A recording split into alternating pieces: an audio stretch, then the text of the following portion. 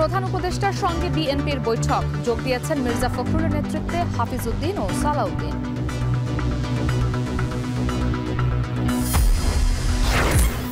গণঅভ্যুত্থানে হতাহতরা পাবে জুলাই শহীদ ও জুলাই যোদ্ধার স্বীকৃতি, ন্যায় বিচার পেতে ধৈর্য ধরার আহ্বান প্রধান উপদেষ্টা। এই নতুন বাংলাদেশের ভেতরে যারা গন্ডগোলের সৃষ্টি করতে পারে তাদেরও নিশ্চিহ্ন করবো আমরা, তাদেরকে দলে বেরিয়ে ফেলবো, নিজেদের মধ্যে নিয়ে আসবো, আর তা না হলে আইনের কাছে সুপর্দ করে দেবো।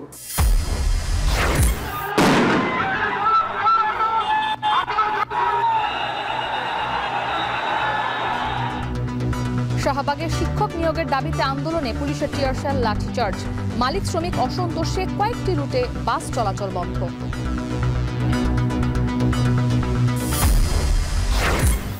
এবং নীতি সুধার অপরিবর্তিত রেখে মুদ্রানীতি ঘোষণা, মূল্যস্ফীতি অন্তত 8% নামিয়ে আনার লক্ষ্য।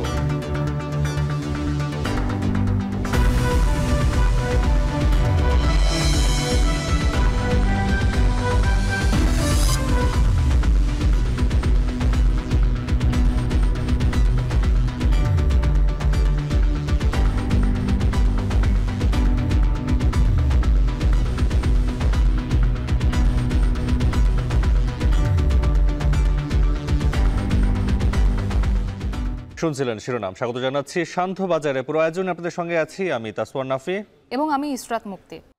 প্রধান উপদেষ্টার সঙ্গে যমুনায় বৈঠক করছেন বিএনপি নেতারা। সেখানে আছেন আমাদের সহকর্মী বেলায়েত হোসেন। আমরা বিস্তারিত জানতে যুক্ত হয়েছি তার সাথে। বেলায়েত, বৈঠকে কি কি বিষয় নিয়ে আলোচনা হতে পারে সে বিষয়ে কোনো তথ্য আপনি জানতে পেরেছেন কিনা?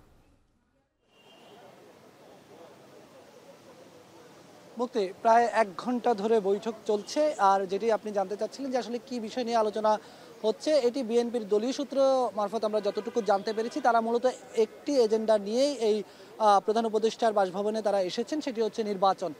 মূলত বিএনপির পক্ষ থেকে প্রধান উপদেষ্টার কাছে নির্বাচনের যৌক্তিকতা তুলে ধরা হবে, একই সঙ্গে নির্বাচনের রোডম্যাপ চাওয়া হবে তাদের পক্ষ থেকে, যেটি বরাবরই তারা চেয়ে আসছিলেন। কিন্তু তারা এই বৈঠকে নির্বাচনের ব্যাপারে তারা আরও গুরুত্বের সঙ্গে তারা কথা বলতে চান। তারা এই বিষয়গুলো তারা আলোচনায় আসবেন যে যত দ্রুত সম্ভব নির্বাচন দিতে হবে। নির্বাচন বিলম্বিত হলে এই দেশের পরিস্থিতি খারাপের দিকে যেতে পারে, অবনতির দিকে যেতে পারে। এই বিষয়গুলোই তারা মূলত আজকের এই বৈঠকে তুলে ধরবেন। যদিও আমরা আরও বেশ কিছু সূত্র মারফত যেটি জানতে পেরেছি যে আসলে একটি এজেন্ডা হলেও নানা বিষয়ে আলোচনা হতেই পারে প্রধান উপদেষ্টার সঙ্গে, যেহেতু অনেকদিন পর প্রধান উপদেষ্টার সঙ্গে তারা বৈঠকে মিলিত হয়েছেন। সেক্ষেত্রে দেশের চলমান রাজনৈতিক পরিস্থিতি, চলমান আইন শৃঙ্খলা পরিস্থিতি, অর্থনৈতিক পরিস্থিতি, নানা বিষয় নিয়ে কিন্তু তাদের আলোচনা হতে পারে। বলে রাখতে চাই যে ঠিক সন্ধ্যা 6টার দিকে বিএনপি মহাসচিব মির্জা ফখরুল ইসলাম আলমগীরের নেতৃত্বে বিএনপির স্থায়ী কমিটির সদস্য সালাউদ্দিন আহমেদ, আরেকজন স্থায়ী কমিটির সদস্য মেজর হাফিজউদ্দিন, মোট 3 জন প্রতিনিধি দলের এখানে এসেছেন। তারা প্রধান উপদেষ্টার সঙ্গে তারা বৈঠক করছেন। বৈঠকে তারা এখন আলোচনা করছেন প্রধান উপদেষ্টার সঙ্গে। আমরা ধারণা করছি আরও 2-1 জন উপদেষ্টা এখানে উপস্থিত রয়েছেন। সার্বিকভাবেই এই যে রাষ্ট্রের চলমান যেই গতি প্রকৃতি, নানা ধরনের যেই পরিস্থিতি চলছে, সেই বিষয়গুলো নিয়ে তারা আলোচনা নিশ্চয়ই করবেন। তবে যতটুকু আলোচনার চাউর হচ্ছে সেটি হচ্ছে তারা এই বৈঠকে সবচেয়ে বেশি গুরুত্ব দেবেন নির্বাচন নিয়ে, নির্বাচনের যৌক্তিকতা নিয়ে তারা তুলে ধরবেন। একই সঙ্গে নানা বিষয় নিয়ে তারা আলোচনা করবেন। আমরা অপেক্ষা করছি বিএনপি নেতারা বৈঠকের পর তারা বের হবেন। বিএনপি মহাসচিব গণমাধ্যমের সঙ্গে কথা বলবেন, তিনি প্রধান উপদেষ্টার সঙ্গে কি আলোচনা হয়েছে সেটি আমাদেরকে বলবেন। তবে আমি যতটুকু জানাতে পারি যে আসলে প্রধান উপদেষ্টা অন্তর্বর্তী সরকার দায়িত্ব নেওয়ার পর নানাভাবেই তারা বিভিন্ন অংশীজনের সঙ্গে তারা বৈঠক করে আসছিলেন। সেই ধারাবাহিকতা তারা বিভিন্ন রাজনৈতিক দলের সঙ্গে বৈঠক করেছেন, বিএনপির সঙ্গেও তারা বেশ কয়েকবার বসেছেন। যেটি প্রধান উপদেষ্টা দপ্তর থেকে বলা হচ্ছে যে নিয়মিতই দেশের চলমান পরিস্থিতি নিয়ে, দেশের নানা বিষয় নিয়ে তারা রাজনৈতিক দলগুলোর সঙ্গে বসছেন, রাজনৈতিক দলগুলোর মতামত নেওয়ার চেষ্টা করছেন। সেই বিষয়ে আমরা প্রধান উপদেষ্টা দপ্তর থেকে এই বৈঠকের বিষয়ে কি বলে সেটা আমরা জানার চেষ্টা করবো এবং আপনার মাধ্যমে জানিয়ে দেওয়ার চেষ্টা করবো। তো এই ছিল আমার কাছে বৈঠকের এখনকার মধ্যে সবশেষ খবর। মুক্তি। বেলায়েত হোসেন আমাদের সঙ্গে যুক্ত ছিলেন যমুনা থেকে। শেখ হাসিনার ফাঁদে যেন পড়তে না হয় সেজন্য দ্রুত নির্বাচনের কথা বলছে বিএনপি। সরকার নিজেদের অবস্থানকে দীর্ঘায়িত করলে সেটি যৌক্তিক হবে না। রাজধানীতে আলাদা আলাদা অনুষ্ঠানে দলটির নেতারা এই মন্তব্য করেন। সিফাত শাহরিয়ারের প্রতিবেদন। বিএনপির দাবি আগস্টের মধ্যে নির্বাচন, অন্যদিকে সংস্কারের জন্য যৌক্তিক সময় চাইছেন সরকার। তাতে অভ্যন্তরীণ বৈঠকের বাইরেও সভা সমাবেশে দ্রুত নির্বাচনের জোরালো দাবি বিএনপির। সোমবার প্রেস ক্লাবের সামনে অবিলম্বে নির্বাচনের রোডম্যাপ ঘোষণার দাবিতে জাতীয়তাবাদী চালক দলের প্রতীকী অবস্থান কর্মসূচি পালিত হয়। যেখানে নির্বাচন দেরি করে মঈনুদ্দিন ফখরুদ্দিনের পথে সরকার যাচ্ছে কিনা সেদিকে ডক্টর ইউনূসকে খেয়াল রাখার আহ্বান জানান বিএনপি চেয়ারপারসনের উপদেষ্টা জয়নুল আবদীন ফারুক। কার ইঙ্গিতে, কিসের ইঙ্গিতে, কার ষড়যন্ত্রের জালে আপনারা আবার পড়ে যাচ্ছেন? নির্বাচনকে দেরি করে আবার মহিন ফখরুদ্দিনের জন্ম দেওয়া, এই বিষয়গুলো জনগণ বলা ইতিমধ্যেই শুরু করেছে। এটা আমার কথা নয়, জনগণের পক্ষ থেকে আপনাকে জানতে চাই আপনার কাছে এই টেবিল হার্ট সময় মতো কেন করা হলো না। প্রেস ক্লাবের অন্য এক অনুষ্ঠানে বিএনপির ভাইস চেয়ারম্যান শামসুজ্জামান দুদু বলেন, বিএনপি হাসিনার ফাঁদে পা দিতে চায় না বলেই দ্রুত নির্বাচনের কথা বলছে। আওয়ামী লীগের বিচার ও নির্বাচনের দাবিতে বিএনপি আবার রাস্তায় নামবে বলে হুঁশিয়ারি দেন তিনি।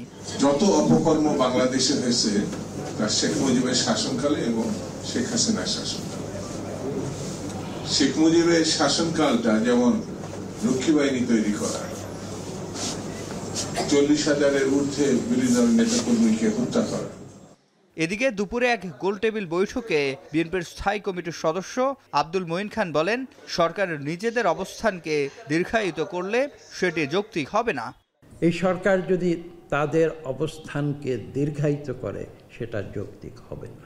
মানুষের কিন্তু আস্থা থাকতে হবে যে এই সরকার রাতারাতি সমাধান করতে না পারলেও সরকারের যে উদ্দেশ্য সেটি কিন্তু রাতারাতি সমাধান করার দিকেই ধাবিত হতে হবে। অনুষ্ঠানে বক্তারা প্রতিহিংসা রাজনীতি না করে গণতন্ত্রের পক্ষে কাজ করার আহ্বান জানান। আর সমালোচনা সত্ত্বেও সিফাত শাহরিয়ার, এখন, ঢাকা। গণঅভ্যুত্থানে হতাহতের রাষ্ট্রীয় স্বীকৃতি দেয়া হচ্ছে। নিহতরা জুলাই শহীদ ও আহতরা জুলাই যোদ্ধা নামে পরিচিতি পাবেন। যমুনায় জুলাই আগস্টে শহীদ 21 পরিবার ও আহত 7 জনকে রাষ্ট্রীয় সহায়তা দেওয়ার মাধ্যমে কার্যক্রম উদ্বোধন করেন প্রধান উপদেষ্টা ডক্টর ইউনূস। এ সময় তিনি বলেন, বিভেদ নয়, ঐক্য ধরে রাখতে হবে। প্রধান উপদেষ্টা নতুন বাংলাদেশ গড়তে শহীদ পরিবারের কাছে সহযোগিতা চেয়ে বলেন, তাড়াহুড়ো করে বিচার করলে তো সঠিক বিচার নাও হতে পারে। তাই ন্যায্য বিচারের জন্য তিনি হতাহত ও তাদের পরিবারকে ধৈর্য ধরার আহ্বান জানান। বিস্তারিত মনের প্রতিবেদনে। স্বৈরাচারের পাষাণ দেয়াল ভেঙে যারা জীবন দিয়ে রক্ত দিয়ে মাতৃভূমির জন্য আনলো নতুন স্বাধীনতা, রাষ্ট্রের স্বীকৃতি পেতে যাচ্ছে তারা। সোমবার থেকে শুরু হলো জুলাই গণঅভ্যুত্থানে আহত ও শহীদ পরিবারকে রাষ্ট্রীয়ভাবে আর্থিক সহায়তা প্রদানের কার্যক্রম। তেজগাঁওয়ে প্রধান উপদেষ্টার কার্যালয়ে এদিন 21 জুলাই শহীদ পরিবার ও 7 আহতদের আর্থিক চেক প্রদান করা হয়। মুক্তিযুদ্ধ মন্ত্রণালয় ও স্বাস্থ্য মন্ত্রণালয়ের উপদেষ্টাদের নিয়ে এর উদ্বোধন করেন প্রধান উপদেষ্টা ডক্টর মোহাম্মদ ইউনূস। জুলাই শহীদ ও আহতদের বক্তব্যের পর এখানে কথা বলেন অন্তর্বর্তী সরকারের প্রধান। তিনি বলেন, যারা নতুন ইতিহাসের স্রষ্টা তাদের সম্মানিত করে রাষ্ট্র গর্বিত। শোক তো আর বেশি দিন থাকে না। শোকের পরিবর্তে কি আসবে আমাদের কাছে, সেটা আমরা চেষ্টা করে যাচ্ছি সরকারের পক্ষ থেকে। এখানে দুটো বিষয়, একটা হলো প্রাতিষ্ঠানিক বিষয়, প্রাতিষ্ঠানিকভাবে কি আয়োজন। আপনারা আজকে এই মন্ত্রণালয়ের অংশ হয়ে গেলেন। একটা জুলাই স্মৃতি পরিদপ্তর সৃষ্টি হয়েছে, যেটা আপনি যাই করেন না কেন সরকারের কাঠামোর ভেতরে ঢুকে গেছে। প্রধান উপদেষ্টা বলেন, ছাত্র জনতা জীবন দিয়ে যে স্বপ্নের বাংলাদেশের পথ দেখিয়ে গেছে তা থেকে বিচ্যুত হওয়া যাবে না। আমরা যে বাংলাদেশ নতুন বাংলাদেশ হিসেবে তৈরি করলাম সেটা সেভাবে রাখতে পারি। আপনারা এনে দিয়েছেন, আমরা রাখতে পারবো কি, সেটা তো একটা প্রশ্ন। এটা হেলায় ফেলে দিলে হবে না। মনে করছে এনে দিয়েছেন, এটা হয়ে গেছে, হয়ে যায় নাই। এটা পথে উঠিয়ে দিয়েছেন, কিন্তু পথের থেকে পড়েও যেতে পারে। পতিত স্বৈরাচার ও তাদের দোসর ইস্যুতেও কথা বলেন ডক্টর ইউনূস। যে আমাদের এখানে স্বৈরাচারী সরকারের লোক বসে আছে, আমাকে এই করছে, তারা চলে যায় নাই।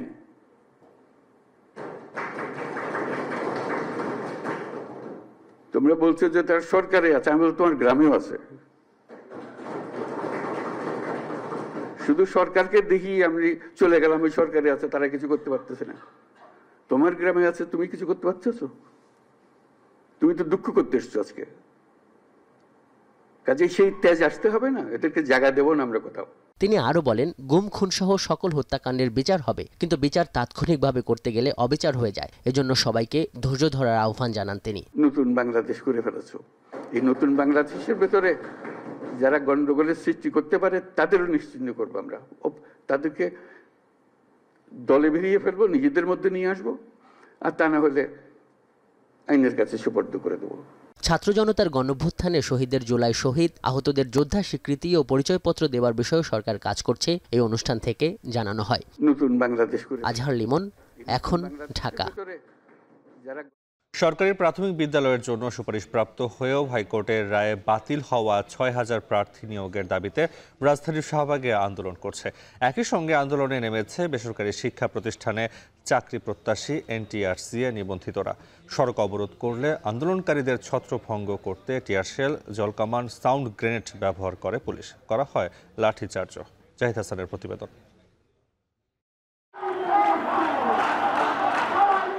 সোমবার দুপুরে শাহবাগ অবরোধ করে সরকারি প্রাথমিক বিদ্যালয়ে নিয়োগের জন্য সুপারিশপ্রাপ্ত হয়ে হাইকোর্টের রায়ে বাতিল হওয়া প্রার্থীরা ও এনটিআরসির নিবন্ধিতরা রাস্তা বন্ধ করে অবস্থান নেয়। এক পর্যায়ে জলকামান ব্যবহার করে তাদের সড়ক থেকে তুলে দেয় পুলিশ। এর মধ্যেই পরপর দুটি সাউন্ড গ্রেনেডের শব্দ পাওয়া যায়। এ সময় আন্দোলনকারীরা ছত্রভঙ্গ হয়ে যায়। ফের সড়ক দখলের চেষ্টা করলে লাঠিচার্জ করে পুলিশ। এ সময় এনটিআরসির নিবন্ধিতরা সড়ক থেকে সরে গেলেও বসে পড়েন প্রাথমিকে সুপারিশপ্রাপ্তরা। বিশেষ করে নারী আন্দোলনকারীরা অনড় থাকেন। কয়েকবার জলকামান দিয়ে ভিজিয়ে দেয়া হলেও তারা সরেননি। সারা দেশকে খবর দিয়ে যে আমরা সরকারি চাকরিজীবী, এরপরে বললো আমাদের চাকরি নেই, আমাদের নিয়োগ বাতিল। এই প্রশ্ন আমরা মানি না। গত 6 দিন ধরে এখানে আন্দোলন করতেছি, শান্তিপূর্ণ আন্দোলন। দেখুন আমরা কি অন্যায় করেছি, আমরা আমাদের অধিকার আদায়ের জন্য আসছি। একই নিয়োগে প্রথম ধাপ দ্বিতীয় ধাপ চাকরি করে আমরা তৃতীয় ধাপ কেন আমাদের বাতিল করবে? এখন আমরা এখানে শান্তিপূর্ণ অবস্থা করতে ভুলে যাচ্ছে। এক পর্যায়ে পুলিশ জোর করে মেয়েদের তুলে দেয়। কয়েকজনকে নেওয়া হয় শাহবাগ থানায়। ঢাকা ও চট্টগ্রাম বিভাগের ৬,০০০-এর বেশি সুপারিশপ্রাপ্ত প্রার্থীর নিয়োগ বাতিল করেন হাইকোর্ট। প্রার্থীরা আদালতের আদেশ পরিবর্তনের দাবি জানান। একটা বোন অসুস্থ হয়ে বলে উনি প্রেগন্যান্ট ছিল, এইভাবে অনেক বন্ধের উপর এরকম আহত করার চেষ্টা করা হচ্ছে। হাতে 3টা মারা গেছে, আমার জামা ছেড়ে ফেলছে। পুলিশ বলছে সড়কে যান চলাচল স্বাভাবিক রাখার বিকল্প নেই। ওরা আসলে বুঝতেছে, মনে করছে এখানে থাকলে মানে চাকরি হবে। আসলে তো বিষয়টা এরকম না। হাইকোর্টে রায় হয়েছে, তাদের এগেস্টে গেছে, এটার এগেস্টে আমরা কি করব বা তারাই কি করবে, তাদেরকে বোঝানোই যায় না। আমি কালকে রাত্রে গিয়ে বন্ধ বলে আসছি। সন্ধ্যার আগে শাহবাগের মূল সড়ক ছেড়ে জাতীয় জাদুঘরের সামনে অবস্থান নেয় আন্দোলনরত চাকরি প্রত্যাশীরা। সকালে একই স্থানে মানববন্ধনও করে তারা। জাহিদ হাসান, এখন, ঢাকা। বেতন ভাতা নিয়ে মালিক শ্রমিকদের অসন্তোষে ভেস্তে যেতে বসেছে ঢাকার 21টি রুটের কাউন্টার ও টিকেটিং পদ্ধতি। চালক ও সহকারীদের অভিযোগ, নতুন পদ্ধতিতে মালিকরা তাদের ঠিক মতো বেতন দিচ্ছেন না। এমন অবস্থায় সোমবার সকাল থেকে এসব রুটে কয়েকটি পরিবহনের বাস চলাচল বন্ধ রয়েছে। এতে ভোগান্তি বেড়েছে যাত্রীদের। গালিব ইবনে রিয়াজের প্রতিবেদন। চলতি মাসের 6 তারিখে ঢাকা পরিবহন সমন্বয় কর্তৃপক্ষকে পুরোপুরি উপেক্ষা করে ঢাকার গণপরিবহনের 21টি রুটে চালু হয় কাউন্টার ও টিকেটিং পদ্ধতি। মালিক সমিতির দাবি, শুরুতে সেবার মান কম হলেও পরবর্তীতে তা বাড়বে, কিন্তু মাত্র কয়েকদিনেই বাস্তবতা পুরো ভিন্ন। মালিক শ্রমিক অসন্তোষে সোমবার এই রুটে চলাচলকারী কয়েকটি পরিবহনের বাস রাস্তায় চোখেই পড়েনি। রবিবার উত্তরা আজমপুর বাস স্ট্যান্ডে এই রুটের সব পরিবহনের কাউন্টার সচল ছিল। একদিন পরই সোমবার ছাতা টেবিল চোখে পড়লেও দেখা মিলল না সংশ্লিষ্ট ব্যক্তির। আমাদের যে বিএনএস সেন্টার একটা কাউন্টার ছিল, ওই জায়গা থেকে এই জায়গায় আসতে হয়। হাউস বিল্ডিং আমাদের কাউন্টার দেয় না, ওই জায়গা থেকে এই জায়গায় হাইটে আসতে হয়। এই জন্য যাত্রী আসলে কাউন্টারে আসা এই মানে গাড়িতে চড়বে এরকম দেখতেছিলাম। কাঙ্ক্ষিত বাস না পেয়ে ভোগান্তিতে এই রুটের যাত্রীরা। যে নিয়মটা আমাদের দিছিল যে কাউন্টার দিয়ে মানুষ উঠতে হবে এবং কি কোনো প্যাসেঞ্জার দাঁড়ায় যেতে পারবে না, সেটা এখন আর নাই। মানে কালকে একটু চলছিল, চলার পর আজকে থেকে আবার এটা নাই। বসুন্ধরা যেতে যাচ্ছিলাম, কিন্তু এখানে এসে কোনো বসুন্ধরা বাস পেলাম না। এখন দেখি আজকে এসে দেখছি ভিআইপির কাউন্টারটা নাই, যদি আমি একটু আর্জেন্সির মধ্যে আছি, তাড়াতাড়ি যাওয়া দরকার ছিল আমার। কয়েকটি পরিবহন হাতে গোনা কাউন্টার থেকে যাত্রী তুললেও ভিআইপি, ভিক্টর থেকে শুরু করে বেশ কয়েকটি পরিবহনকে আগের মতোই ডেকে ডেকে যাত্রী তুলতে দেখা যায়। চালক হেলপারদের অভিযোগ, এই পদ্ধতিতে গত কয়েকদিন তারা ঠিকমতো বেতনই পাননি। কাউন্টার থেকে লুক ওঠাবো, আমাদের 3 দিন ধরে বেতন দেয় না, 4 দিন ধরে আজকে মালিকেরও কোনো টাকা দেয় না, আমাদের কোনো বেতন দেয় না। রাত্রেবেলা কোনো গাড়িটার তেল নাই, মালিক ইনকাম নাই, ড্রাইভার স্টাফদের কারো বেতন নাই। যারা কর্মকর্তা আছে তাদেরকে ফোন দেওয়া আছে, তাদের সবার মোবাইল বন্ধ। আমরা ভাত খাবো, ওই ভাত খাওয়ার টাকাও পাই না রাত্রেবেলা, গাড়ির তেলের টাকা নাই, মাঝ ইনকাম নাই, আঙ্গ বেতন নাই, কোনো খরচই নাই। ঢাকার গণপরিবহনে শৃঙ্খলা ফেরাতে বিশেষজ্ঞরা বরাবরই জোর দিচ্ছেন সমন্বয়কে, কিন্তু কঠোর প্রচেষ্টা ছাড়া সমন্বয়হীন আর অপরিকল্পিত এসব উদ্যোগ ক্ষণিকের আশা জাগালেও শেষমেশ তা ভেস্তে যায়। গালিব ইবনে রিয়াজ, এখন, ঢাকা। দেশের আইনশৃঙ্খলা পরিস্থিতি স্বাভাবিক রাখতে গাজীপুর সহ সারা দেশে চলছে অপারেশন ডেভিল হান্ট। এতে দুদিনে শুধুমাত্র গাজীপুর থেকে আটক করা হয়েছে 182 জনকে, যার মধ্যে রোববার রাতে সাবেক এমপি সহ আটক করা হয় 100 জনকে। এছাড়া বগুড়া, কুমিল্লা, নোয়াখালী সহ বিভিন্ন এলাকা থেকে আটক করা হয় অর্ধশতাধিক। স্বরাষ্ট্র উপদেষ্টা জাহাঙ্গীর আলম চৌধুরী জানান, শয়তান নির্মূল না হওয়া পর্যন্ত অপারেশন ডেভিল হান্ট চলবে। প্রতিবেদনে বিস্তারিত। দেশব্যাপী চলমান অপারেশন ডেভিল হান্টে একের পর এক ধরা পড়ছে আইনশৃঙ্খলা পরিস্থিতির অবনতিকারী ও নাশকতার চেষ্টাকারীরা, যাদের বেশিরভাগই আওয়ামী লীগ ও অঙ্গ সংগঠনের নেতাকর্মী। রোববার থেকে সোমবার পর্যন্ত 24 ঘণ্টায় গাজীপুরে ডেভিল হান্টের অভিযানে সাবেক সংসদ সদস্য ও আওয়ামী লীগ নেতাসহ 100 জনকে আটক করা হয়েছে। এর মধ্যে রাতে শ্রীপুরে আত্মগোপনে থাকা সিরাজগঞ্জ 6 আসনের সাবেক সংসদ সদস্য চয়ন ইসলামকে গ্রেপ্তার করে পুলিশ। এছাড়া রাজধানীর উত্তরা থেকে গ্রেপ্তার করা হয় গাজীপুর মহানগর যুব মহিলা লীগের সাধারণ সম্পাদক আনোয়ারা সরকার আনুকে। অভিযানে জেলা পুলিশ 21 জন ও মহানগর পুলিশ 79 জনকে আটক করে। এ নিয়ে গত 2 দিনে অপারেশন ডেভিল হান্টে গাজীপুরেই 182 জন গ্রেপ্তার হয়েছেন। গাজীপুরের পুলিশ কমিশনার জানান, ডেভিল হান্ট কোনো নির্দিষ্ট রাজনৈতিক দলের বিরুদ্ধে নয়। যারা এই দেশকে অস্থিতিশীল করবে, যারা জনগণকে ঘুমাতে দিতে চায় না, যারা জনগণকে অস্থিতিশীল করতে চায়, হুমকি দিতে চায়, তাদেরকে আমরা তাদের বিরুদ্ধে ব্যবস্থা নিচ্ছি। এটি কোনো দলের না, এটি কোনো আওয়ামী লীগের না, অন্য কোনো দল না, এটি যারা জনগণকে হুমকি দিচ্ছে তাদের বিরুদ্ধে ব্যবস্থা নিচ্ছি। ময়মনসিংহে অপারেশন ডেভিল হান্টে রোববার থেকে সোমবার সকাল পর্যন্ত 16 জনকে আটক করা হয়, যার মধ্যে কোতোয়ালি থানা থেকেই আটক করা হয় 10 জনকে। আটককৃতদের বিরুদ্ধে একাধিক মামলা রয়েছে বলে নিশ্চিত করেছে পুলিশ। এদিকে ভোলায় আইনশৃঙ্খলা পরিস্থিতির উন্নয়নে সোমবার ভোর পর্যন্ত কোস্টগার্ড ও পুলিশের যৌথ অভিযানে 16 জনকে আটক করা হয়। আর নোয়াখালীর হাতিয়ায় দুর্গম এলাকায় রাতভর অভিযানে আটক করা হয় 4 জনকে। পার্বত্য জেলা রাঙ্গামাটি থেকে আটক করা হয়েছে 7 জনকে। দুপুরের পর তাদের চিফ জুডিশিয়াল ম্যাজিস্ট্রেট আদালতে তোলা হলে কারাগারে পাঠানোর নির্দেশ দেন আদালত। সাতক্ষীরার শ্যামনগরে কোস্টগার্ড, নৌবাহিনী ও পুলিশের যৌথ অভিযানে একটি বন্দুক ও দেশীয় অস্ত্রসহ 2 জনকে আটক করা হয়েছে। কোস্টগার্ডের কর্মকর্তা জানান, সুন্দরবনকে ডাকাত মুক্ত রাখতে অপারেশন ডেভিল হান্ট অব্যাহত থাকবে। কোস্টগার্ড, নৌবাহিনী ও পুলিশের সমন্বয়ে সাতক্ষীরার শ্যামনগর থানাধীন চকবাজার বাজার সংলগ্ন এলাকায় একটি যৌথ অভিযান পরিচালনা করা হয়। সুন্দরবনকে ডাকাত মুক্ত করার জন্য বাংলাদেশ কোস্টগার্ডের অপারেশন ডেভিল হান্ট অব্যাহত থাকবে। অপারেশন ডেভিল হান্টের অংশ হিসেবে বরিশালে বিভিন্ন স্থানে চালানো হচ্ছে তল্লাশি। নগরীর বিভিন্ন স্থান থেকে এ পর্যন্ত আটক করা হয়েছে 3 জনকে। অপারেশন ডেভিল হান্টের অভিযানে রাঘব বোয়াল, চুনোপুটি সহ কেউ ছাড় পাবে না। শয়তান নির্মূল না হওয়া পর্যন্ত এই অভিযান চলবে বলে জানিয়েছেন স্বরাষ্ট্র উপদেষ্টা জাহাঙ্গীর আলম চৌধুরী। জানান, নির্দোষ ব্যক্তি যেন শাস্তি না পায় এজন্য একাধিক কমিটি করা হয়েছে। যারা শয়তান তারাই ধরা পড়বে। ছোট শয়তান কি বড় শয়তান এখানের ভিতরে নাই, শয়তান ধরা পড়বে। ডেভিল হান্ট ডিক্লেয়ার করার পর ইভেন আমাদের আইন শৃঙ্খলা বাহিনীর কর্মকর্তাদেরও কিন্তু আমরা ছাড় দেই নাই। এখন যদি কোনো নির্দোষ কোনো ইসের মাধ্যমে হয়ে থাকে, ওইটা তো প্রমাণ করতে হবে আদালতের মাধ্যমে। কেউ যদি নির্দোষ হয়, আবার আদালতের মাধ্যমে তো প্রমাণ হইতে হবে। এছাড়া অপারেশন ডেভিল হান্টে রোববার থেকে সোমবার সকাল পর্যন্ত 24 ঘণ্টায় বগুড়া সদরসহ 4 উপজেলা থেকে 10 জন, রংপুর থেকে 18 জন, কুমিল্লায় 7 জন, কিশোরগঞ্জে 7 জন ও সিলেটের 3 জন সহ অর্ধশতাধিক ব্যক্তিকে আটক করা হয়েছে। সাদাত শাহেদ, এখন। গত 24 ঘন্টায় 343 জন সহ অপারেশন ডেভিল হান্টে এখন পর্যন্ত সারা দেশে গ্রেপ্তার হয়েছেন 1521 জন। দেশব্যাপী চলমান রয়েছে পুলিশের নিয়মিত টহল ও তল্লাশি। এই নিয়ে জানাতে খুলনার রয়্যালের মোড় থেকে যুক্ত হচ্ছেন তরিকুল ইসলাম। তরিকুল, অপারেশন ডেভিল হান্টে এখন পর্যন্ত খুলনায় কতজনকে গ্রেপ্তার করা হয়েছে জানাবেন। এছাড়া নগরীর আইনশৃঙ্খলা পরিস্থিতি কেমন দেখছেন? নাফি, প্রথমে আসলে বলতে হয় যে খুলনা শহরের আইন শৃঙ্খলা পরিস্থিতি গত কয়েক মাসে আসলে খুব বেশি ভালো ছিল না পরিস্থিতি। অপারেশন ডেভিল হান্ট যেটি ঘোষণা হয়েছে এবং এই কার্যক্রম চলছে গতকাল থেকে বা পরশু মাঝরাত থেকে।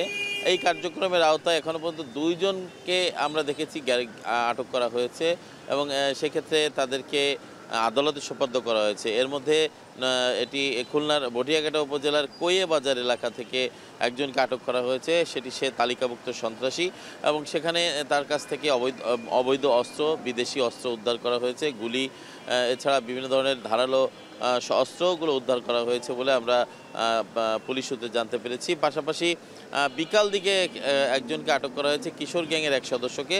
সেখান থেকে 1 শুটার, একটি বিদেশি বন্দুক এবং সেই সাথে গুলি এবং অন্যান্য অস্ত্র উদ্ধার করা হয়েছে। পাশাপাশি আমরা দেখেছি এই অভিযানে আরেকটি সাফল্য আমরা দেখতে পাচ্ছি গত 2 দিনে। সেটি হচ্ছে যে সোনা চোরা চালানির সাথে যারা যুক্ত আছে তাদের বিরুদ্ধে অভিযান চলছে এবং সেই সাথে যারা মাদক ব্যবসায়ী, বিশেষ করে গাঁজা, ইয়াবা বা ফেন্সিডিল এই ধরনের মাদকের সাথে যারা জড়িত সেই সব কয়েকজন মাদক ব্যবসায়ীকে আটক করা হয়েছে। তবে এখানে একটা উল্লেখযোগ্য বিষয় হচ্ছে যে আজকেও নগরীতে একজনকে কুপিয়ে আহত করা হয়েছে এই অপারেশন চলাকালীন সময়ের মধ্যে। তো আমরা আইনশৃঙ্খলা পরিস্থিতি রক্ষার্থে যে বিষয়টা খুবই জরুরি সেটি হচ্ছে যে এই মুহূর্তে নগরী জুড়ে বা নগরীর বাইরেও কিশোর গ্যাংয়ের একটি প্রভাব আমরা এই নগরী জুড়ে দেখতে পাচ্ছি এবং যে কারণে বিভিন্ন ধরনের মামলা বিভিন্ন ধরনের হামলার শিকার হচ্ছে মানুষ এবং গত কয়েক মাসে আমরা দেখেছি যে একাধিক খুন হয়েছে। বিশেষ করে প্রায় 12 জন খুনের রেকর্ড রয়েছে, 12-13 জন এবং সেই সাথে অর্ধশতাধিকেরও বেশি আহত হয়েছে এমন একটি পরিসংখ্যান আমরা পেয়েছি। তো সব মিলিয়ে এই ছিল নাফি আমার কাছে সর্বশেষ।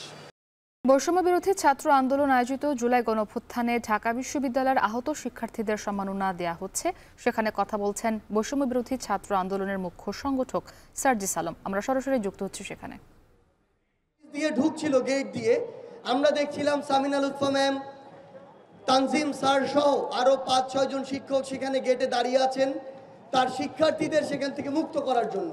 তো এই প্রত্যেকটি জিনিস আমাদেরকে অভয় দিয়েছিল, সাহস দিয়েছিল।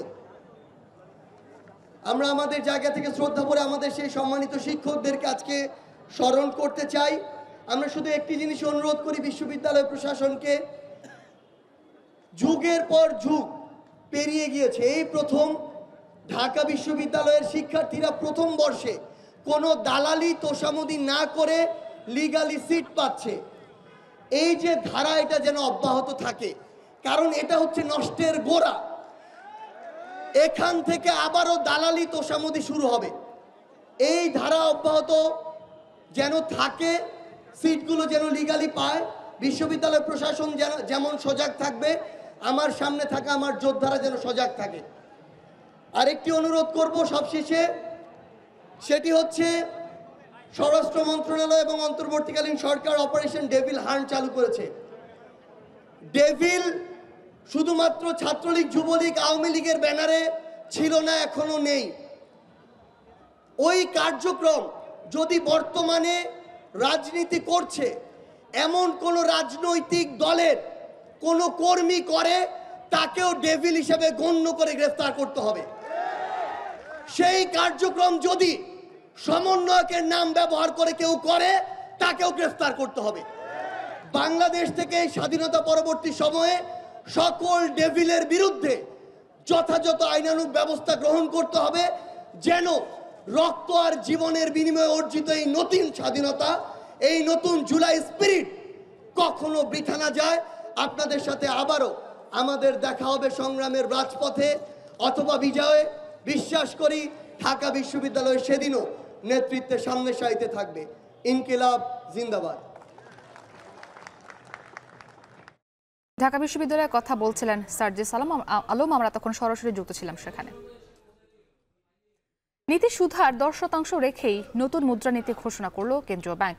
গভর্নর বলছেন শুধু মনিটরিং পলিসি দিয়ে সবকিছুর সমাধান করা যাবে না, তবে মুদ্রানীতি ও নানা পদক্ষেপের মাধ্যমে জুনের মধ্যে মূল্যস্ফীতি 7 থেকে 8% এবং পরের বছরের মাঝামাঝি 5% নেমে আসার আশা তার। আতর নিয়নের প্রতিবেদন।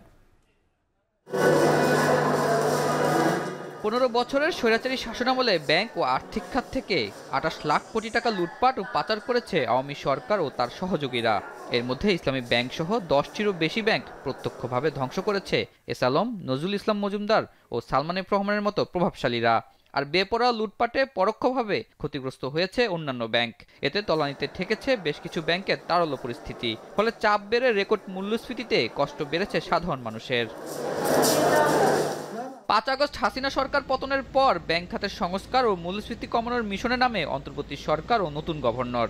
এতে ধাপে ধাপে বাড়ে সুদ হার, আর দুর্বল ব্যাংকগুলোকে অর্থ সহায়তা দেওয়া সহ নেওয়া হয় নানা পদক্ষেপ। তবে নীতি সুদ হার অপরিবর্তিত রেখে 2024-25 অর্থ বছরের শেষ 6 মাসের মুদ্রানীতি ঘোষণা করেছে বাংলাদেশ ব্যাংক। তার মানে এটা না, ব্যবসায়ী সহ নানা মহল থেকে নীতি সুদ হার কমানোর প্রস্তাব থাকায় মূল্যস্ফীতি কমানোই প্রধান লক্ষ্য অন্তর্বর্তী সরকারের। সে কারণে নীতি সুদ হার 10% অপরিবর্তিত রেখেই ঘোষণা করা হয়েছে মুদ্রানীতি। গভর্নরের আশা জুনের মধ্যে মূল্যস্ফীতি 7 থেকে 8% এবং 2026 সালের মাঝামাঝি তা 5%-এর ঘরে নেমে আসবে। মূল্যস্ফীতিকে কমিয়ে আসার ব্যাপারে সবাই আমরা উদ্গ্রীব। আমরা জানি সবারই কষ্ট হচ্ছে, আমরা জানি যে মানুষ কষ্টের মধ্যে দিয়ে যাচ্ছে, কিন্তু আমরা তো প্রাইস লেভেলকে নামাতে পারবো না, কিন্তু আমরা মূল্যস্ফীতিকে কমাতে পারবো। আমরা মূল্যস্ফীতিকে সিঙ্গেল ডিজিটে অলরেডি নেমে এসছে। আমরা আশা করি এটা ধারাবাহিকতায় আমরা এটাকে এই বছরের আর্থিক বছরের শেষে অর্থাৎ জুনের শেষে এটা 7-8-এ নিয়ে আসবো এবং ইনশাআল্লাহ আগামী বছর এটা 5-এর নিচে নিয়ে যেতে পারবো। আগামী বছর মানে 26 ফিসক্যাল ইয়ার 26-এ। আর বৈদেশিক মুদ্রার চাহিদা ফেব্রুয়ারির পর জ্বালানি ছাড়া অন্যান্য খাতে কমে আসবে বলে জানান গভর্নর। সেক্ষেত্রে ডলার দাম নিয়ে কারসাজিতে বিদেশি এক্সচেঞ্জ হাউসগুলোর করা সমালোচনা করেন তিনি। তারা যে দাম বলবে সেটা বাজার দর নয়, আমরা যে দাম বলবো সেটাই বাজার দর। এক্সচেঞ্জের পলিসি ফিক্স করার দায়িত্ব কার? বাংলাদেশ ব্যাংকের নয় এই এক্সচেঞ্জ এগ্রিগেটরদের? আমি বলবো এগ্রিগেটরস আর ম্যানিপুলেটরস। এদিকে ব্যাংক খাত সংস্কারে 1.5 বছর সময় লাগবে বলে জানান গভর্নর, যার সুফল পেতে অপেক্ষা করতে হবে আরো কিছু সময়। আর পাচার হওয়া অর্থ ফেরত পেতে সময় লাগবে 4 থেকে 5 বছর। প্রথমে আমাদের দেশের ভিতরে আমাদের সংগ্রহ মানে আমাদের এই অর্থ এই যে সম্পদগুলো আছে সেগুলোকে তো অ্যাটাচ করা হয়েছে, সেগুলোকে আমরা দখলদারিত্ব নেব এবং পরবর্তীতে বিদেশে যেসব সম্পদ চলে গেছে সেগুলোকে আইডেন্টিফাই করে সেখানে কিভাবে সম্পদ উদ্ধার করা যায় সেই প্রচেষ্টায় আমরা নামবো। 1 বছরের মধ্যে যদি আমরা বিদেশে কিছু সম্পদকে অ্যাটাচ করতে পারি সেটা একটা ভালো অর্জন হবে। তার পরবর্তীতে হয়তো মামলা মোকদ্দমা ইত্যাদি সেটা হয়তো 3 থেকে 4 বছর লেগে যেতে পারে। গ্রাহকের আমানত রক্ষায় দুর্বল ব্যাংকগুলোকে আরো তারল্য সহায়তা দেওয়ার পরিকল্পনা কেন্দ্রীয় ব্যাংকের। আর ইসলাম সহ খেলাপিদের সম্পদ ফেরাতে আইন সংস্কার সহ বেশ কিছু কাজ চলমান আছে বলে জানিয়েছে গভর্নর। আতাউর নিয়ন, এখন, ঢাকা। জাতীয় নির্বাচনের আগে স্থানীয় সরকার নির্বাচন করতে চায় সরকার, তবে রাজনৈতিক দলগুলোর মতামত নিয়ে সে সিদ্ধান্ত চূড়ান্ত করা হবে বলে জানিয়েছেন স্থানীয় সরকার উপদেষ্টা আসিফ মাহমুদ সচিব ভুইয়া। স্থানীয় সরকার নির্বাচন করার ক্ষেত্রে সরকারের এক ধরনের নীতিগত সিদ্ধান্ত আছে এবং আপনারা জানেন বেশিরভাগ স্থানীয় সরকারের যে সংস্থাগুলো আছে সেখানে এখন নির্বাচিত জনপ্রতিনিধি নেই এবং আমাদের সরকারি কর্মকর্তারা এক একজন দেখা যায় 2-3টা পর্যন্ত দায়িত্বে একসাথে আছে। স্থানীয় সরকার নির্বাচন আয়োজন করার ক্ষেত্রে এখন পর্যন্ত যদিও কোনো চূড়ান্ত সিদ্ধান্ত হয়নি, তবে ইতিবাচক। কিন্তু এক্ষেত্রে অবশ্যই যেহেতু এটা একটা নির্বাচনের বিষয়, নির্বাচন কমিশন তারপর রাজনৈতিক দলসহ আদার স্টেক হোল্ডারদের সাথে প্রপার কনসালটেশনের ভিত্তিতে এই বিষয়ে একটা সিদ্ধান্তে পৌঁছানো যাবে। প্রধান উপদেষ্টার সঙ্গে যমুনায় বৈঠক শেষে কথা বলেছেন মির্জা ফখরুল ইসলাম আলমগীর। এই মুহূর্তে আমরা সরাসরি যুক্ত হচ্ছি সেখানে। আমরা সেই দায়িত্বটুকু পালন করেছি। আমরা আজকে যে বিষয়গুলো তার সামনে আলোচনা করেছি তা হচ্ছে যে এই যে ঘটনাগুলো ঘটেছে এর দায় সরকার এড়াতে পারেন না। এই জন্যে যে সরকারের বিভিন্ন যে প্রতিষ্ঠানগুলো আছে বিভিন্ন যে বাহিনীগুলো আছে তাদের সামনেই এই ঘটনাগুলো একের পর এক ঘটেছে, যেটা আমরা মনে করি দেশের সার্বিকভাবে দেশের যে আইন শৃঙ্খলা পরিস্থিতি স্থিতিশীলতা তাকে যথেষ্টভাবে বিপন্ন করেছে এবং ফ্যাসিবাদকে সুযোগ করে দিয়েছে তাদের এই সম্পর্কে একটু কথা বলার। দ্বিতীয়ত হচ্ছে যে আমরা এই সরকারের সঙ্গে যেটা বারবার বলে এসেছি, এটা অন্তর্বর্তীকালীন সরকার, সুতরাং দ্রুত নির্বাচনের জন্য আমরা তাদেরকে আবারও তাগাদা দিয়েছি এবং ন্যূনতম যে সংস্কার সেই সংস্কারগুলো সম্পূর্ণ করে যে কাজ তারা করেছেন, ইতিমধ্যে কমিশন রিফর্ম কমিশন করেছেন একটা, তাদের সঙ্গে আলোচনার ভিত্তিতে আপনার একমত হওয়ার প্রেক্ষিতে আপনার কনসেনসাস হওয়ার প্রেক্ষিতে আপনার দ্রুত নির্বাচন দেওয়ার বিষয়টা আমরা তাদের সঙ্গে কথা বলেছি। আমরা প্রশাসনে যে সমস্ত ব্যক্তি এখনও যারা দোষর ছিলেন ফ্যাসিবাদের এবং যারা ক্ষতিগ্রস্ত করেছেন বাংলাদেশকে সামগ্রিকভাবে, তাদেরকে আইনের আওতায় আনার জন্য এবং একই সঙ্গে তাদেরকে প্রশাসন থেকে সরিয়ে দেওয়ার কথা আমরা বলেছি। আমরা যারা অর্থনীতির ক্ষতি করেছে, লুট করেছে, যারা লুণ্ঠন করেছে, তাদেরকে আমরা আবারও ফিরিয়ে আনার জন্য, টাকা ফিরিয়ে আনার জন্য একই সঙ্গে তাদেরকে আইনের আওতায় নিয়ে আসার জন্য আমরা সেটা আবির্ভাব করেছি। আমরা একই সঙ্গে যে কথাগুলো বলেছি তা হচ্ছে যে বিগত 15 বছর 16 বছরে যে মিথ্যা মামলা দিয়ে রাজনৈতিক নেতা কর্মীদেরকে যে হয়রানি করা হয়েছে, সেই মামলাগুলো প্রত্যাহার করার ব্যাপারে আমরা নীতিগত সিদ্ধান্ত কথা বলেছি। তারা একমত হয়েছেন, তারাও আপনাদের সামনে কথা বলবেন, এই বিষয়গুলো তারা একমত হয়েছেন। আমরা দ্রব্যমূল্যের ব্যাপারে অত্যন্ত জোরালোভাবে বলেছি যে এই সরকারের অন্যতম প্রধান ব্যর্থতা হচ্ছে দ্রব্যমূল্য নিয়ন্ত্রণ করতে পারা, সেটা তারা বলেছেন যে তারা এগুলো কাজ করছেন, এই কাজগুলো তারা দ্রুত সরকার চেষ্টা করবেন। সব শেষে আমরা আপনার আইন শৃঙ্খলা পরিস্থিতির কথা বলেছি এবং একই সঙ্গে আমরা সব শেষে যে কথাটা বলা আবারও বলেছি যে আপনার এই একটা আপনার কী চলছিলেন অভিযান, যে অভিযানটা হচ্ছে ডেভিল হান্ট।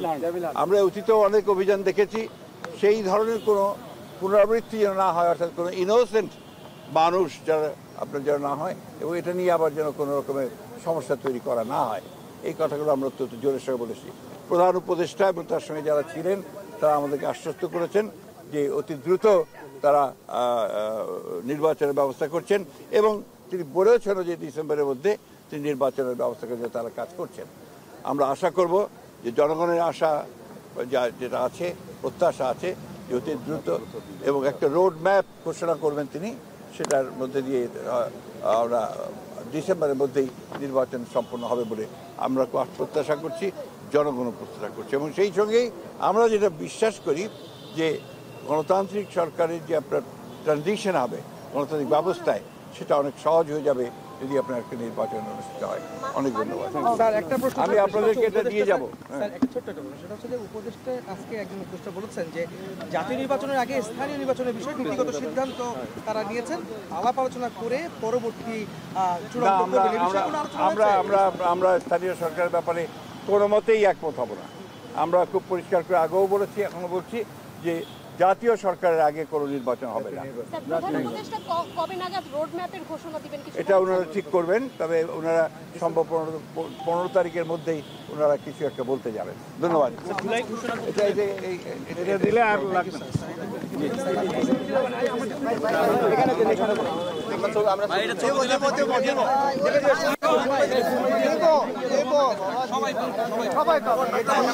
গ্রুপে দিয়ে দেন ভাই, এটা ছবি বাংলা ভীষণ। জাতীয় ঈদগাহ মাঠের সাবেক প্রধান নির্বাচন কমিশনার ও বিচারপতি মোহাম্মদ আব্দুর রৌফের দ্বিতীয় জানাজা অনুষ্ঠিত হয়েছে। বিচার বিভাগের সততা ও সুষ্ঠু নির্বাচন উপহার দেয়া দুই দায়িত্বে আব্দুর রৌফ সফল ছিলেন বলে মন্তব্য করেছেন জানাজায় অংশ নেয়া বিশিষ্টজনরা।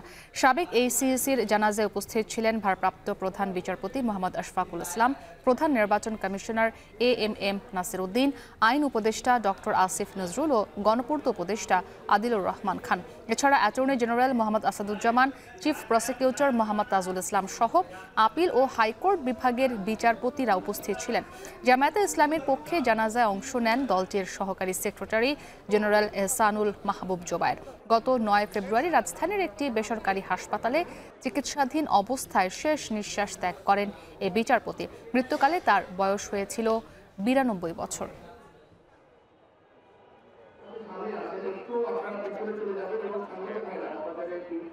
সনাতন ধর্মাবলম্বীদের সবচেয়ে বড় ধর্মীয় সমাগম মহাকুম্ভ মেলার কারণে 200 থেকে 300 কিলোমিটার দীর্ঘ যানজটের সৃষ্টি হয়েছে।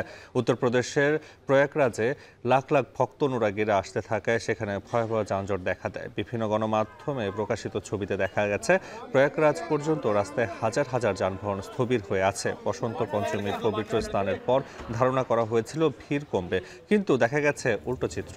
প্রয়াগরাজে 3 নদীর সংযোগস্থল ত্রিবেণী সঙ্গমে স্নানের জন্য এখনো আসছেন হাজার হাজার ভক্ত। ফলে তৈরি হচ্ছে দীর্ঘ ট্রাফিক জ্যাম, যা কোনোভাবে নিয়ন্ত্রণ করতে পারছে না।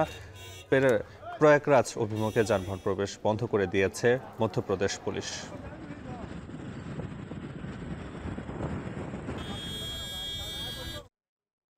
এই ছিল সান্ধ্যবাজারের আয়োজনে। সাথে থাকার জন্য ধন্যবাদ।